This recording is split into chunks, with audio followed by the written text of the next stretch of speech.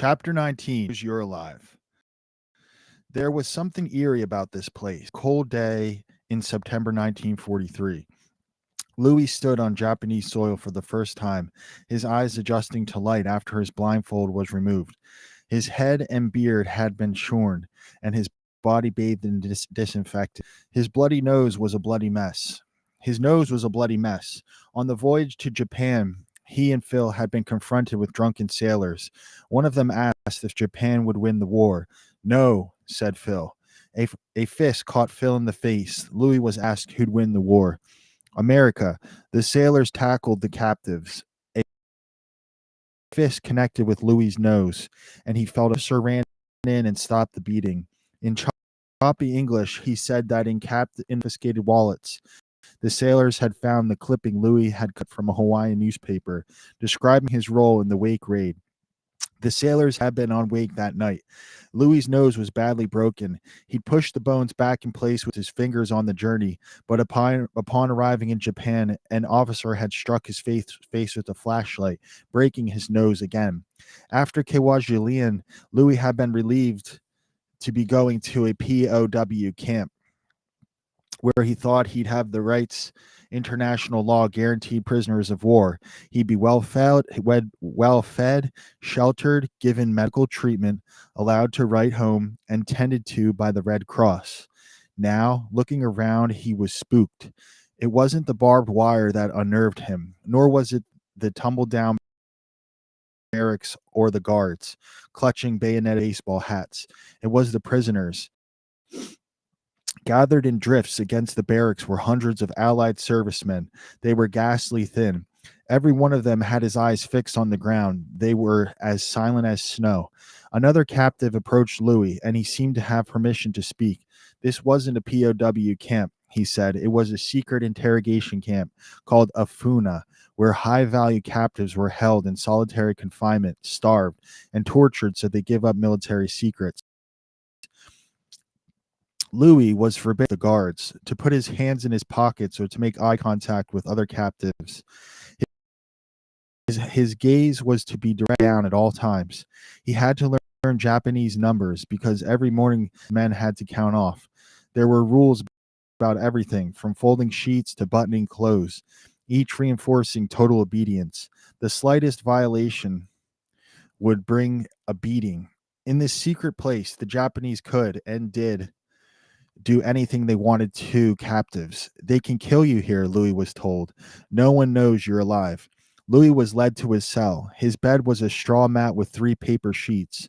The window had no glass, the particle board, the ceiling made of tar paper. With winter approaching, Louis would be living in a building that was barely a windbreak. And in cells, mat, there were dozens of men. Louis was alone. Afuna was a place dedicated to breaking men's souls, and Louis soon learned what a hell it was. Each day began at 6, a clanging bell, a shouting guard, captives running outside for he would fall into a line of haggard men. Guards stalked them, yelling unintelligibly. The men were made to count off, bow to the palace of Japan's Emperor Hirohito, then run to the benjo, latrine. Breakfast was a bowl of watery, foul slop, which each man ate alone in his cell. Then they were given knots of wet rope and forced to bend double, put the rope on the floor, and wash the barracks aisle at a run, or sometimes waddling duck style, while the guards swatted them. Out forced the captives to run, perform calisthenics until they collapsed over. The men had to stand outside, regardless of in the silence were the screams in the interrogation room. Beatings were almost constant. Men were beaten for virtually anything, folding their arms, cleaning their teeth, talking in their sleep, and often for not understanding orders issued in Japanese. Dozens of men for one man's alleged infraction. Any attempt they made to protect them, shielding their faces, provoked more violence. The beatings were of such intensity that many of us wondered if we'd ever live to see the end of the war. Just beaten, they were starved. Meals usually broth with a bit of vegetable and a bowl or a half of rancid rice, sometimes a little barley. The food fest maggots and so much sandful that Louis's teeth were soon pitted, chipped. The extremely low caloric and foul food put men's lives. Parasites and intestines made diarrhea universal. Malnourishment diseases were epidemic.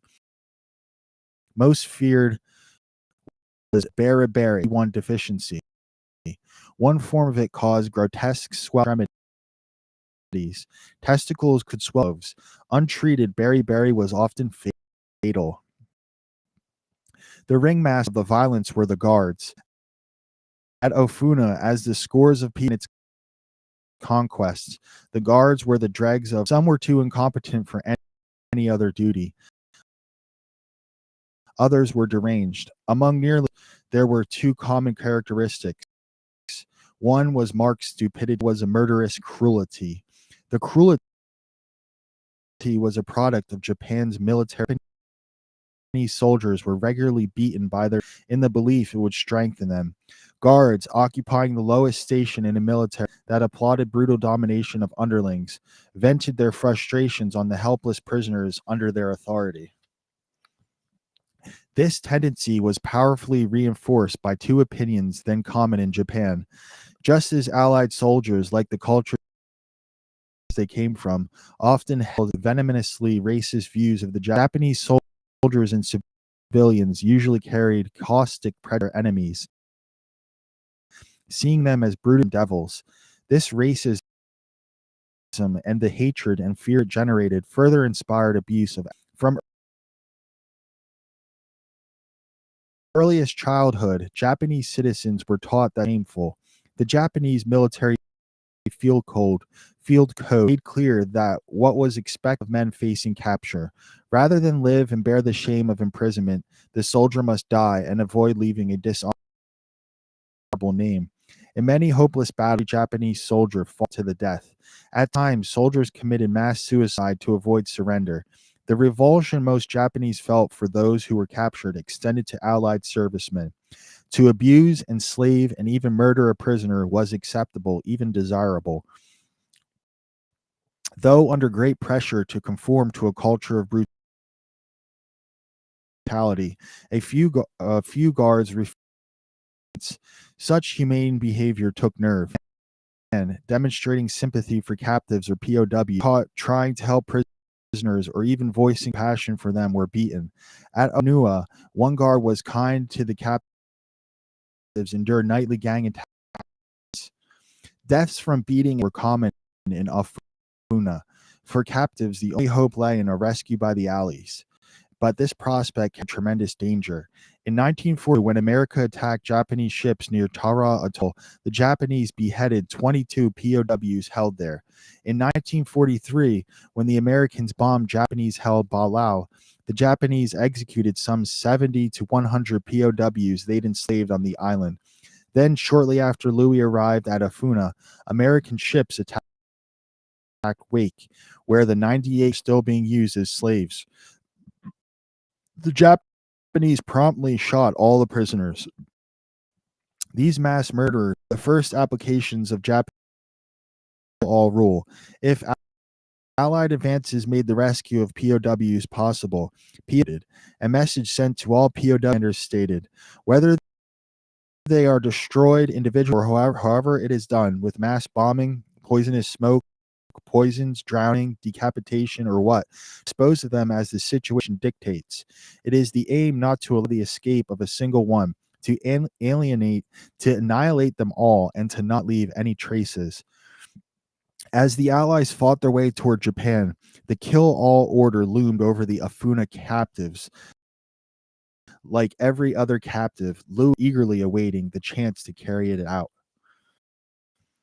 Chapter 19, and we will get to chapter 20 in the future.